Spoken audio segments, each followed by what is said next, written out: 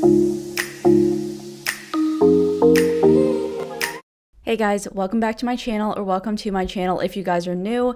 Today's video is going to be a luxury glam bridal makeup tutorial. This is my amazing bride Candice. She chose my luxury package, which includes a full skincare prep and also a glam look to go with it, so here we go. To start off the skincare prep, I went in with a cotton pad and my Fresh Rose Deep Hydration Toner. The rose water inside of this toner calms down any irritation inside of the skin, and just using a toner in general removes any excess dirt or grime and also oils that may be sitting on the skin. This will prevent anything from getting trapped underneath the makeup. Next, I'm going in with a sheet mask. This is the Dr. Jart Tiger Grass Calming Serum Mask, and it's for sensitive skin specifically, so it doesn't irritate anybody's skin. I've used it a couple of different times on myself and also on other people.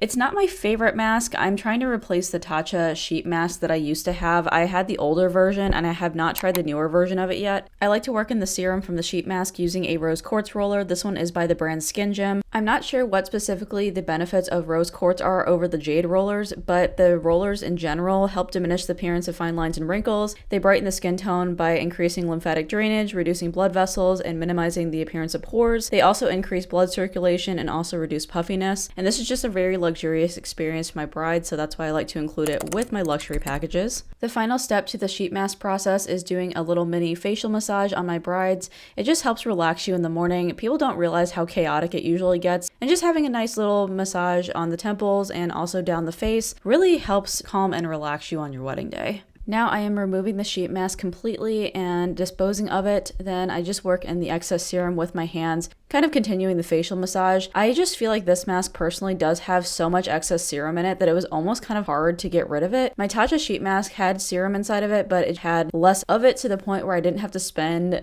several minutes trying to work it in. The next step I like to do for the luxury package is going in with a lip scrub. This is by Bite Beauty. It's the Agave Lip Scrub. I do know that Bite Beauty announced that they were closing not too long ago, which is honestly very sad, and I'll have to find an alternative for the lip scrub. I like to scoop the lip scrub out of the jar with a spatula, put it on my client's finger, have them apply it, and then give them a makeup remover wipe to remove it all the way. Then I like to go in with the eye cream. This is the Clinique All About Eyes eye cream. It's just a very lightweight gel eye cream. I prefer applying it with a doe foot applicator and then using my ring finger, since that is the weakest finger, to work it into the client's skin. It dissolves a little bit better when it has the warmth of your fingertips to dissolve it. Having a moisturizing eye cream not only depuffs and minimizes fine lines and wrinkles, but it also moisturizes underneath the eyes so your concealer doesn't look too dry, especially when you're setting it with powder later. Next, I'm just taking a Morphe lip brush and using the Patrick Ta Beauty Major Glow Softening Lip Mask. I love going in with lip masks like this to prep the lips because it makes your lipstick later look less drying, and of course it has its primary purpose of moisturizing and softening the lips. Lastly, I'm going in with the Skin Iceland Hydro Cool Firming Eye Gels. These ones do have a cooling gel backing with adhesive on it, so they don't move around, which is really nice. They work as a dual purpose shadow shield as well, and I just have my clients look up to apply them. Next, I'm taking the Anastasia Brow Wiz in the shade Taupe. This was my bride's own brow pencil just because I usually work with powders instead of pencils. Whenever you fill in eyebrows, you really want to make sure to go along with the actual natural hair direction. This means that in the front they stick straight up and then they start laying back as you go farther toward the tail, and that's exactly what I do. I usually draw a line underneath the brow first just to define it, fill in the line on top, and then usually use upward strokes right in the front of the brow as I'm doing right now to kind of define it a little bit more and just create that more ombre kind of effect. It just makes the brows look a lot more natural since you're mimicking the hair strokes of them. And then after that, I am going to go ahead and use the spoolie on the other end just to go ahead and brush out the brows. And this is her amazing reaction for how much she likes the brows. Next, I'm going in with my eye primer. I go in with the Juvia's Place Eye Prep Eye Prime Eye Base. I'm combining shades 1 and 2. I'm just taking this on a Sigma concealer brush and going right underneath the eyebrows to define the arch a little bit more. You want to make sure you use this wet, kind of like the P. Louise bases. I did decide to switch to these just because I felt like they held shadows a lot better. Then I just went in with a clean fluffy brush from Morphe to remove any of the excess product. I'm going in with my two Cosette eyeshadows in the shade Burnish and Empower. Burnish is a more mid-tone taupey brown color, while Empower is an orange color. I just feel like the two of them kind of balance each other out as they're not too warm or not too cool combined. I'm using the same fluffy brush as I used for the eyeshadow primer, and I'm going in with the two shades on the outer third of the eye. I just wanted to define the crease a lot since she said she wanted a more dramatic kind of makeup look, and I absolutely love this on her eye shape. I feel like with a more hooded eye shape, darker colors like this really define it and make it look super blown out and smoky. Also, just a tip for anybody who who has hooded eyes, it's really essential that you either use your thumb or your pinky to kind of lift up the eyelid a little bit to be able to get right in that crease. Otherwise, the shadow might skip over places that have that excess skin. So this is pretty much what we are looking like as of now. Next, I'm taking a more tapered blending brush from Jessup, and I'm taking a MAC Cosmetics eyeshadow in the shade Brune. It's just a really deep brown color, more on the cool tone side. As you can see, I'm using more stamping, pressing motions with the Jessup brush, and then switching over to the Morphe brush just to kind of diffuse out the color a little bit more. Blending is always the key. As you can tell, I'm also placing this color a little bit higher than her actual crease because I want to make sure that when she opens her eyes all the way, the whole entire color isn't lost. That is one tip for people with hooded eyes. Sometimes the biggest disappointment is literally putting the shadow down, doing all this hard work with blending. When they open their eyes, everything disappears. So every once in a while, just a tip, have them open their eyes, make sure your placement is correct, and then go ahead and move on from there.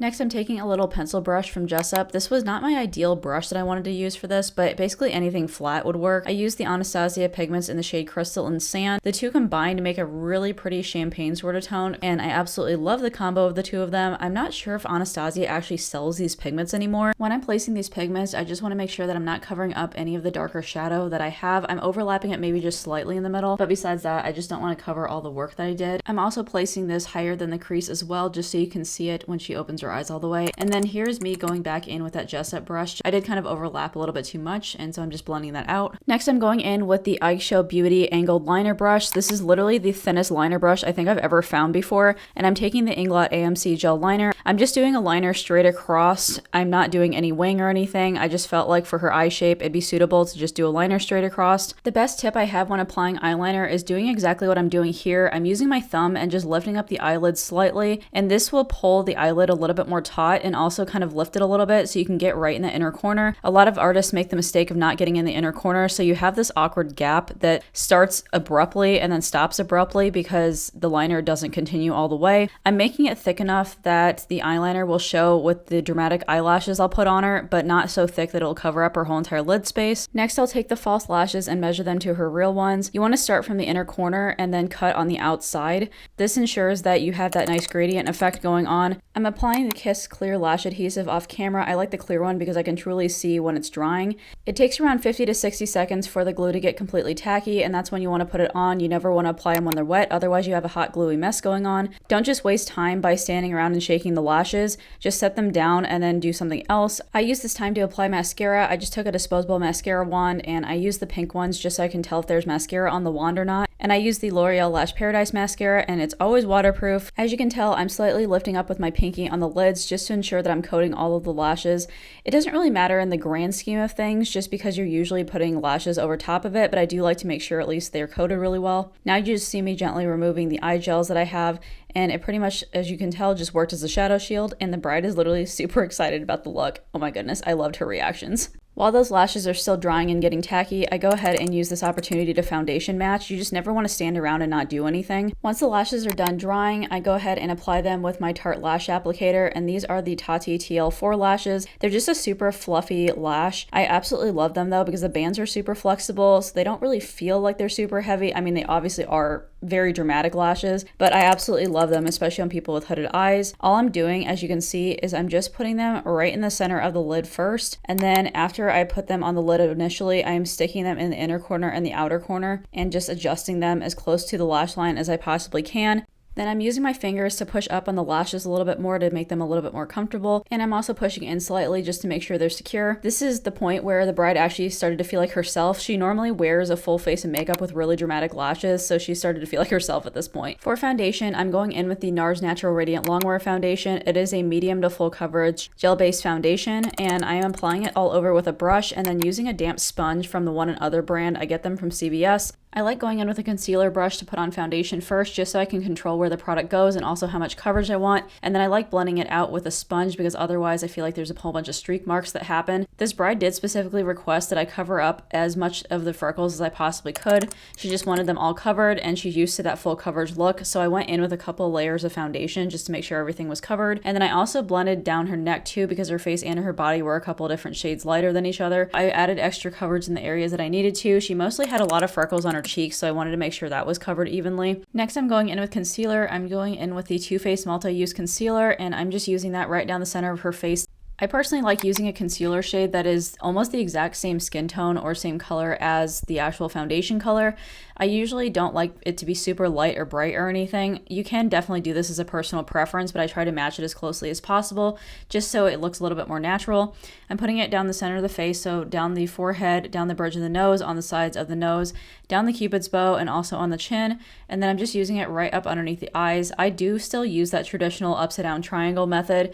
And then I'm just pushing it as close to the lash line as I possibly can, using that sponge to blend it out. Just note that when you're anywhere near the lower lash line of a client's eye, make sure that you give them enough time to blink because it can be very sensitive around that area. You never want the eyes to start watering up and tears to start running down their face, especially when they have foundation on. Next, I'm going in with the translucent powder from One Size Beauty, and I'm just taking this on a damp sponge again. I know a lot of artists bake at this point in time, but I don't personally like to let powder just sit there because I feel like it makes the under eyes look really, really dry. All I'm doing is putting enough powder on to set the areas that I need to so it doesn't crease. So I'm setting right underneath the eyes and right down the center of the face where she might get oily in her T-zone. You see the powder there for a minute, but then all I'm doing is just sitting there and pressing it into the skin until it fully absorbs. I'm not letting it sit there or anything. This bride had a pretty normal skin type, so I didn't want to overly powder her because I didn't want it to look too drying, but I also knew that she didn't get super oily throughout the day. I make sure to put extra powder on the places that might transfer or rub off throughout the day, like the chin and the forehead, and also the nose as well. I've been doing a lot more cream contouring recently, and I've really been liking the look. I'm taking the Patrick Ta Beauty She Sculpted Cream Bronzer. There's a cream on one side and a powder on the other, and I'm just taking it with an angled dense foundation brush that I got off of Amazon. I'm using that to initially apply it in the places that I need it, and then I'm using that sponge to blend it out. I'm putting that in the hollows of her cheekbones, around the perimeters of her face, and she also requested that I go right along her jawline. I usually don't do this just because I feel like it can look kind of muddy sometimes, but she wanted me to sculpt out her jawline just a little bit more, and she's honestly really happy with the way that it looks here. But yeah, this is me sculpting out her jawline right here. I just put a light layer. Even if I get a request for something that I don't normally do, I will definitely do it for my brides. Next, I'm going in with the Rare Beauty Soft Pinch Liquid Blush, and oh my goodness, this is such an amazing blush. I combined the shades Love and Encourage. Love is more of a terracotta sort of shade, and then Encourage is more of a mauve kind of tone. I just love how liquid blushes almost create like a natural blush kind of tone without making it look super powdery. To set the cream bronzer, I'm going in with the powder. I'm taking the Huda Beauty Glowish Bronzer in the shade Medium with an angled brush from Face Atelier. I'm absolutely loving their face brushes. They have such a soft feel to them, and they are synthetic. And then I'm going in with a slight nose contour. I don't use a separate brush for this. I just pinch together the face brush to kind of create more of a sharp angle. Then I'm going in with a highlighter brush that I got off of Amazon, and I'm highlighting her face with the Dior Backstage Glow Face palette in 001 Universal. Seriously, the best highlighter palette I think I've ever found before. I'm taking that white and champagne shade and combining the two of them. I'm putting on the high points of her cheeks right above the blush, on the temples, and also on her forehead as well, right down the center of the nose, on the cupid's bow, and also on the chin. It just gives a really nice glow from within. It's not super chunky, it's not super glittery, it's just a really nice healthy glow. Now I'm taking a flat definer brush from Alamar Cosmetics, and I'm taking the MAC Cosmetics eyeshadow in the shade Brune and just stamping it right on the lower lash line. All I'm doing is pretty much mimicking the shades that I put on top on the bottom just so I can have an overall even look. A hidden talent of all great makeup artists is knowing how to read social cues and also knowing when a client needs to blink. If you couldn't tell there, the client's eye almost started flinching or twitching a little bit, and at that point in time, that's when I pulled back on the brush. Also, if you see any tears well up in their eyes, definitely make sure you give them a break. This is why when I do the lower lash line, I press and then swish around just so it's a little bit more comfortable for the clients. Next, I'm going in with a little bit of a thicker brush there, and then going in with Empower and Burnish again, and just smoking out that previous MAC shadow that I put down. Remembering to smudge and then also give your clients a break. And then I'm going in with the L'Oreal Lash Paradise Waterproof Mascara again on a thinner spoolie here, and then just going right on the lower lash line. I just do a couple of layers of mascara on the bottom just so I can match the top. Now to finish off the look with lips, I'm going in with the lip liner first. This is by Charlotte Tilbury. It's in one of my favorite shades in the shade Love Trap. It's like a deeper mid-tone mauve kind of color right in between a pink and a brown. You guys always ask me what lip combinations I always put on people, and I have to tell you that I don't use one singular lipstick shade ever on somebody, so it's really hard to tell you guys that, but I try to make my best judgment and adjust it depending on how it looks when I initially put it on a client. And then I will go ahead and put on the lipstick I chose. So I have the Sephora Lipstories lipstick in the shade We and Love Love. We is more of a mid-tone mauve color, and then Love Love is more of a lighter purpley kind of color, I would say. I don't know how to describe it. It's such an interesting color. Then I'm just setting everything in place with the Scandinavia Bridal Makeup Setting Spray. I always ask my clients if they feel like I got them everywhere, and if I miss some spots, then I'll go ahead and redo those spots. I just obviously can never feel where it hits on their faces, so I want to make sure I set every place. And this is her amazing reaction. Amazing. Oh my god, that looks so